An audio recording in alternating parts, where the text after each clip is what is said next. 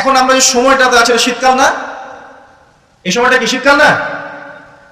আমি দেখছি আমি ছাড়া আপনারা সবাই শীতের কাপড় পরেছেন মাশাআল্লাহ। খুব ঠান্ডা? যুব সমাজের এত ঠান্ডা লাগে কেন? এই বয়সে এত ঠান্ডা লাগে কেন? এখন তো রক্ত গরম থাকার কথা নাকি? এটা তো শীতকাল চলছে নাকি? শীতকাল সম্পর্কে দুটো কথা বলে যে আপনার উপকার হবে ইনশাআল্লাহ, আমার উপকার হবে ইনশাআল্লাহ। একটা হাদিসে আসছে শীতকালটা হচ্ছে মুমিনদের জন্য গনিমত। মুমিনদের জন্য কি গনিমত? মানে হচ্ছে একটা সম্পদ, যে সম্পদটা যুদ্ধ করে লব্ধ করতে হয়, কিন্তু এখানে কোনো যুদ্ধের প্রয়োজনই হচ্ছে না। গনিমত, উপহার, গিফট। কিরকম? শীতকালে রাতটা হয় লম্বা, রাত্রি হয় লম্বা, হয় না? এতে করে সারা রাত আপনি অনেক ইবাদত করতে পারবেন। আর দিনটা হয় ছোট, দিনটা ছোট হয় না? এতে করে আপনি দিনের বেলা সওম বা রোজা রাখতে পারবেন। শীতকাল আসলেই সাহাবীরা বলতেন আহলান সাহলান, শীতকালকে বলতেন আহলান সাহলান, শীতকাল তুমি এসেছো আলহামদুলিল্লাহ। এখন রাত্রেবেলা হে কোরআনওয়ালারা তোমরা উঠে যাও এবং কোরআন তেলাওয়াত করতে থাকো, এবং দিনের বেলা তোমরা সওম পালন করতে থাকো আলহামদুলিল্লাহ। তো শীতের রাতটা কাজে লাগাতে পারি না আমরা? রাতের একটা অংশ ঘুমিয়ে যাবেন, শেষ অংশে উঠে তাহাজ্জুদ পড়বেন এবং কোরআন তেলাওয়াত করবেন এবং আল্লাহর কাছে হাত তুলে দোয়া করবেন। ইনশাআল্লাহ শেষ অংশে, রাতের শেষ অংশে আপনি যে দোয়াই করবেন, আপনার রিজিক যদি হালাল হয় ইনশাআল্লাহ কবুল হয়ে যাবে। শীতকালকে কাজে লাগে। আবার দিনটা হয় ছোট, তাই দিনের বেলা আপনি সওম বা রোজা রাখতে পারবেন। আল্লাহ পাক তৌফিক দান। শীতকাল সম্পর্কে একটা এরকম বর্ণনা আছে, যখন কঠিন শীত আসবে তখন ওই শীতটা থেকে একটা আশ্রয় প্রার্থনা করতে হয় আল্লাহর কাছে, আল্লাহ এই কঠিন শীত থেকে আমাকে বাঁচাও। কারণ কি জানেন? কারণ হচ্ছে জাহান্নাম বছরে 2টা নিঃশ্বাস ছাড়ে। কয়টা নিঃশ্বাস? 2টা। একটা নিঃশ্বাস গ্রীষ্মকালে যখন প্রচন্ড দাবদাহ চলে, ওইটা হচ্ছে জাহান্নামের নিঃশ্বাসের ফসল। ওই প্রভাবে পৃথিবীতে এরকম দাবদাহ চলে। এই সায়েন্স বিশ্বাস করবে? করবে না। ওর বিশ্বাসের আমার যায় আসে না। আল্লাহ পাক বলেছেন সত্য, রাসূল বলেছেন সত্য।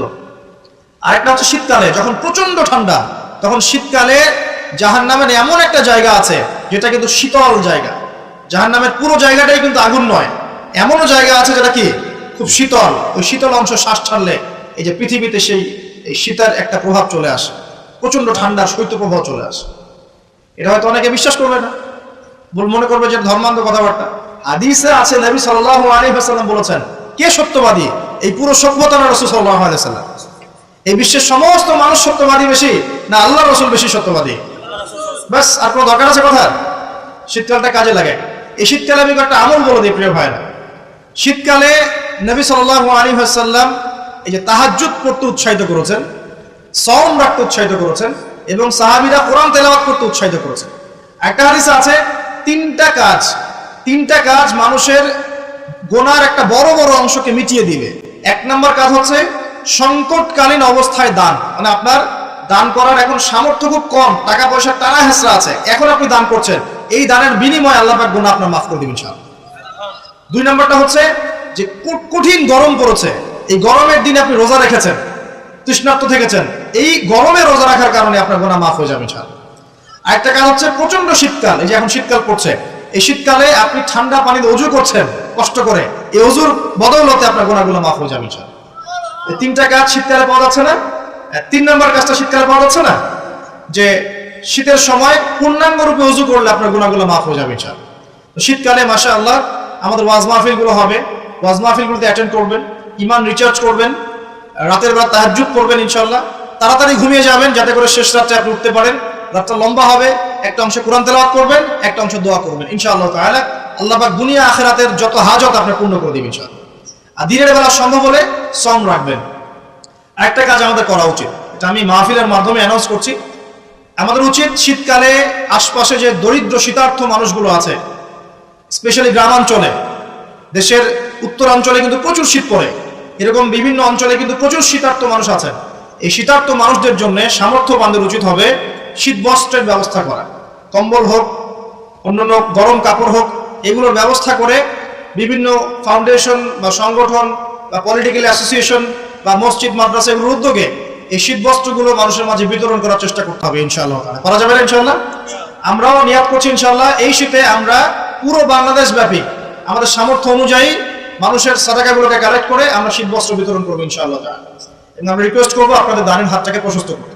তবে মনে রাখবেন, কখনো যদি দেখেন যে আমার নামে বা আমাদের ফেসবুক আইডি ইউজ করে, পোস্টকে ইউজ করে কেউ দান সৎকা চাচ্ছে, এনশিওর না হওয়া পর্যন্ত কেউ দান করবেন।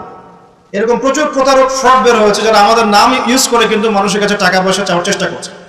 আমি কখনো মানুষের সামনে এইভাবে কোনো প্রজেক্টের জন্য টাকা পয়সা চাই না। যদি চাই এইভাবে জনসমক্ষে এসে বলবো যে এই প্রজেক্টের জন্য চাচ্ছি। মানে এখন যেটা বললাম, ইনশাআল্লাহ শীতকালে আমরা শীত বস্ত্র বিতরণ করব।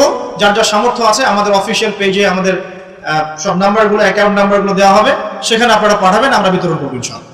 এবং সেটা সম্পূর্ণ আমার নিজের তত্ত্বাবধানে চলবে ইনশাআল্লাহ। এখন এই কাজগুলো শুধু আমরা করবো না, আপনারাও করবেন। বিভিন্ন সংগঠন থেকে করবেন, আপনাদের মসজিদ থেকে করবেন, মাদ্রাসা থেকে করবেন, পলিটিক্যাল অ্যাসোসিয়েশন থেকে করবেন, ধর্মীয় সংগঠনগুলো থেকে করবেন। এতে করে কি হবে জানেন? নবী সাল্লাল্লাহু আলাইহি ওয়াসাল্লাম বলেছেন, আপনি যদি মানে কোনো বান্দা যদি অন্য মুসলিম ভাইয়ের কোনো হাজত প্রয়োজন পূরণ করে দেয়, আল্লাহ রাব্বুল আলামিন কিয়ামতের মাঠে তার হাজত পূরণ করে দিবেন ইনশাআল্লাহ। অন্য বর্ণনায় আছে দুনিয়া এবং আখিরাতে আল্লাহ পাক তার হাজত পূরণ করে দিবেন ইনশাআল্লাহ। একটা হাদিসে এসেছে, একজন বান্দা যতক্ষণ মুসলিম ভাইয়ের প্রয়োজন পূরণ করে, আল্লাহ রাব্বুল আলামিন ততক্ষণ পর্যন্ত তার প্রয়োজন পূরণ করে থাকে। অতএব অন্যের মুখে হাসি ফোটানোর নিমিত্তে এই শীতার্থ মানুষগুলোর পাশে আমাদের দাঁড়ানো উচিত। আল্লাহ পাক আমাদেরকে তৌফিক এনায়েত করুন। শীতকালে এই কাজগুলো করবেন। আর শীতকালে কিন্তু কিছু কিছু নোংরামি কাজ হয়, এই কাজগুলো বর্জন করতে হবে, পারবো না ইনশাআল্লাহ। এক নম্বর নোংরামিটা হচ্ছে, শীতকালে দেখবেন এমন কিছু মানে অনুষ্ঠানের আয়োজন করা হয় যেগুলোতে মানে অপসংস্কৃতির বাদ্যযন্ত্র বাজতে থাকে। খেয়াল স্পেশালি দেখবেন গ্রামে গঞ্জে কিছু কিছু পিকনিক আয়োজন করে, এগুলোতে দেখবেন এমন গান বাজনা বাজায়, ডিজে গান বাজায় যে মানুষের সারা রাত ঘুম হারাম হয়ে গেছে। হয় না এরকম? এরকম হয়।